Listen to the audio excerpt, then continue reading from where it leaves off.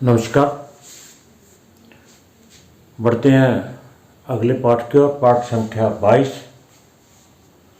हम धीरे धीरे एक एक करते 22 पाठ हम पूर्व जन्म शाप के कर चुके हैं।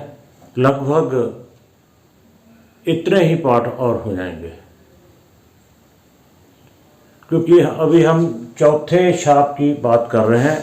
इसके बाद 4 शाप और हैं, ब्रह्म, मातुल्य, पत्नी और प्रेत।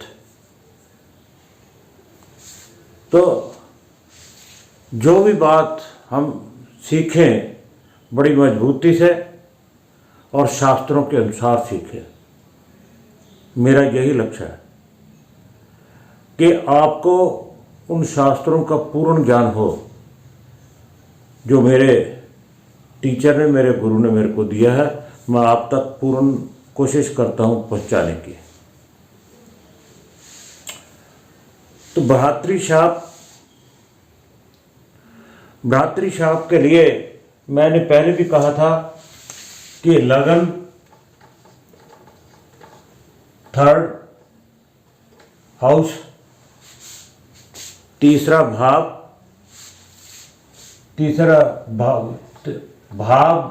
भावेश और कारक मंगल, उसके साथ पंचम और पंचमेश गुरु कारक गुरु। इन सभी पॉइंट्स का आपको ध्यान रखना होगा भ्रातृश्राप के लिए। किसी न किसी रूप से ये इन्वॉल्व होंगे भ्रातृश्राप में। लगन, तीसरा भाव, तीसरे का स्वामी, तीसरे का कारक, पंचम का कारक गुरु, ये सारे इसमें सम्मिलित होंगे। तो बढ़ते हैं श्लोक की ओर। लिखा है, भ्रातृस्थान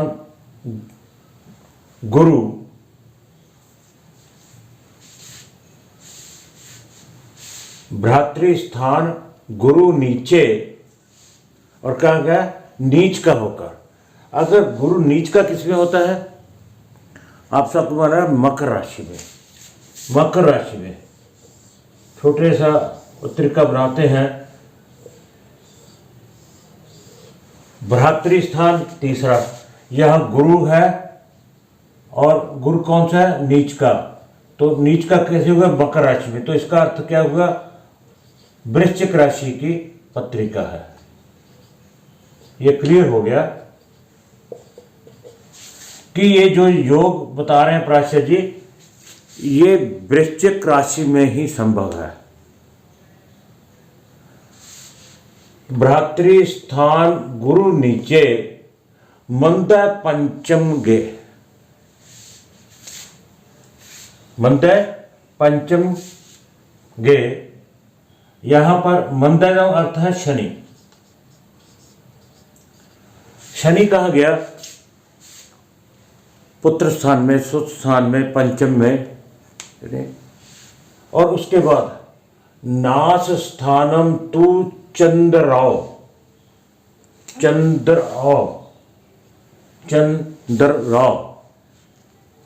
का अर्थ है चंद्रमा। राव जैसे भौम बोलते हैं, वहां राव, और राव का अर्थ है मंगल। चंद्रमा और मंगल कहा गया नाश स्थानुम तु चंद्रराव भ्रातृशापात सुत्कश। तो अगर यहां पे नाश स्थान में कौन कौन है?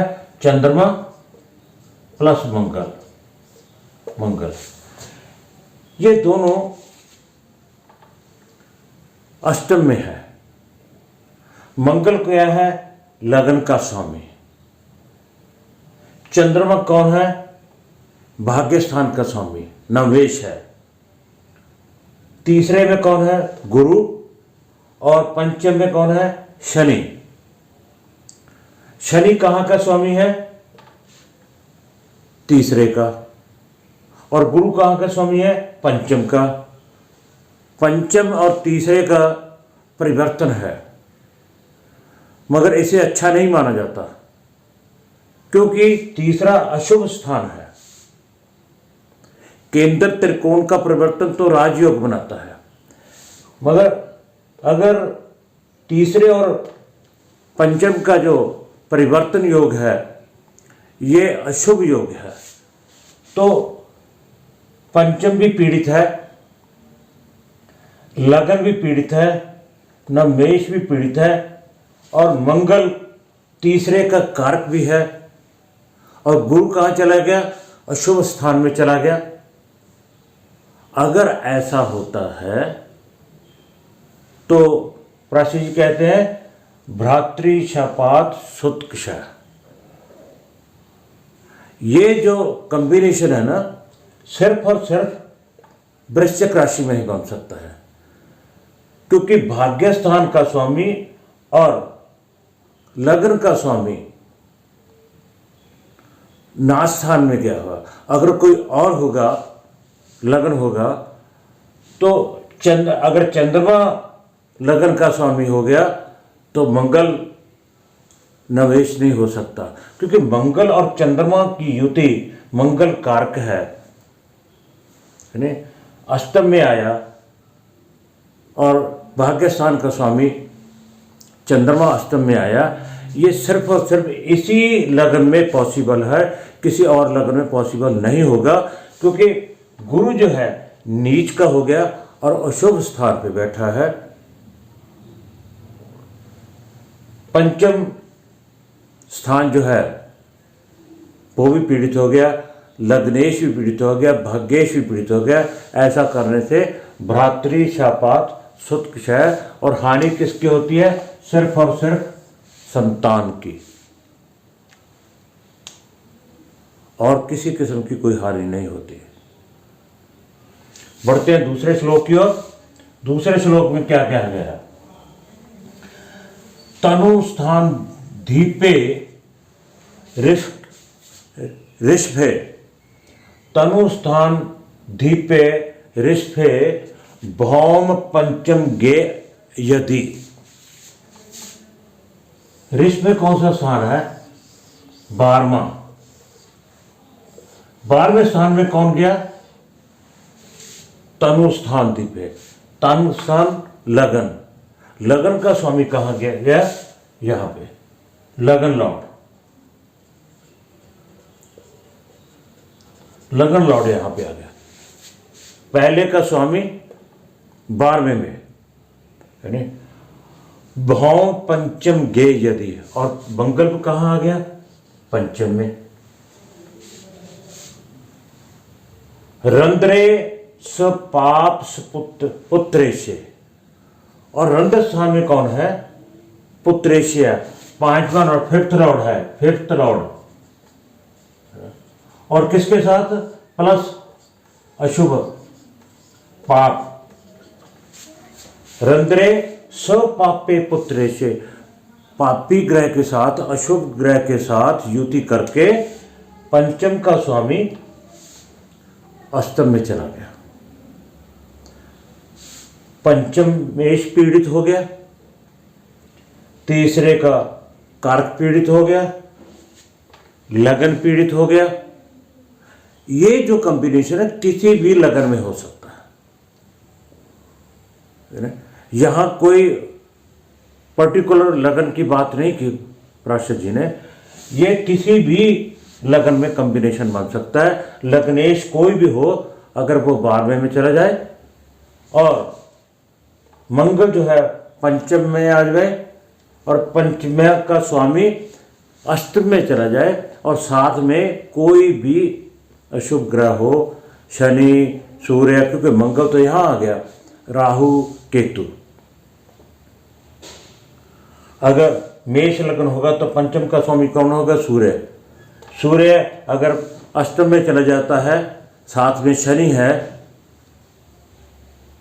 क्योंकि खुद ही अशुभ ग्रह है, और साथ में राहु या केतु आ गए, मगर अगर राहु आ गए फिर तो आपको पितृशाप का ज्ञान ज़्यादा होगा सोशल मीडिया से, है नहीं? कोई भी आ सकता है नहीं? अगर ऐसा होता है, तन स्थान का स्वामी 12वें में, मंगल 5वें में और पंचम का स्वामी किसी अशुभ ग्रह के साथ अष्टम में बैठा हो, तो फिर भ्रातृशाप बनता है, जिसे भ्रातृ दोष कहते हैं। और उससे क्या होता है? सिर्फ और सिर्फ संतान की हानि, सुत क्षय, संतान की हानि बताई गई है और कुछ नहीं बताएगा। तो आप देखते हैं कि पूर्व जन्म शाप जो पंचम से हम देखते हैं, पूर्व जन्म शाप के अंतर्गत आने वाले सभी शाप, आठों के आठों शाप, उनके जब अभी तक जो श्लोक पढ़े हैं, सबके पीछे एक ही शब्द है, सुत क्षय, संतान की हानि, और किसी किस्म की कोई हानि नहीं बताई गई है। तो कृपया श्लोकों को आप ध्यान से पढ़िए, क्या कहते हैं श्लोक, यानी, और हमारा सोशल मीडिया क्या कहता है, ये निर्णय आपके ऊपर है। मैं तो ये चाहता हूँ कि जो शास्त्र कहते हैं उनके बताए हुए रास्ते पर ही चलना चाहिए। वो क्या कहते हैं, सोशल मीडिया वाले कहते हैं बहुत विद्वान हैं, बहुत गुणी बनते हैं उस सोशल मीडिया पे भी, है नहीं, मगर उनकी कम, और जो भ्रम फैलाते हैं उनकी ज़्यादा सुनने का साथ कौन देते हैं? हम ही लोग हैं। अगर हम सुनते हैं तो वो झूठ का प्रचार करते हैं। अगर आप खुद शास्त्रों को पढ़ेंगे तो उनकी जो है पैंट जो है ढीली हो जाएगी। इसलिए कृपया ज्ञान की बात करें, अंधविश्वास या कोई तंत्र मंत्र ये कि जो टोना टोटके से है, इनके ऊपर मत जाइएगा। श्लोकों को पढ़िए, खुद बेसिक 1 से लेकर 133 पाठ दिए गए हैं, अगर उनको आप पढ़ोगे क्रम से तो अपने आप सारी बातें, उन्हीं का प्रयोग इन श्लोकों में होता है। आगे कोई भी टॉपिक हो उसी की बात उसमें होती है। इस पाठ में इतना ही। अगले पाठ में कुछ और श्लोक लेकर आपके सामने सन्मुख होऊंगा। तो आप सबका बहुत बहुत धन्यवाद। कृपया मेरी वीडियो को लाइक, शेयर और सब्सक्राइब जरूर कीजिएगा। धन्यवाद।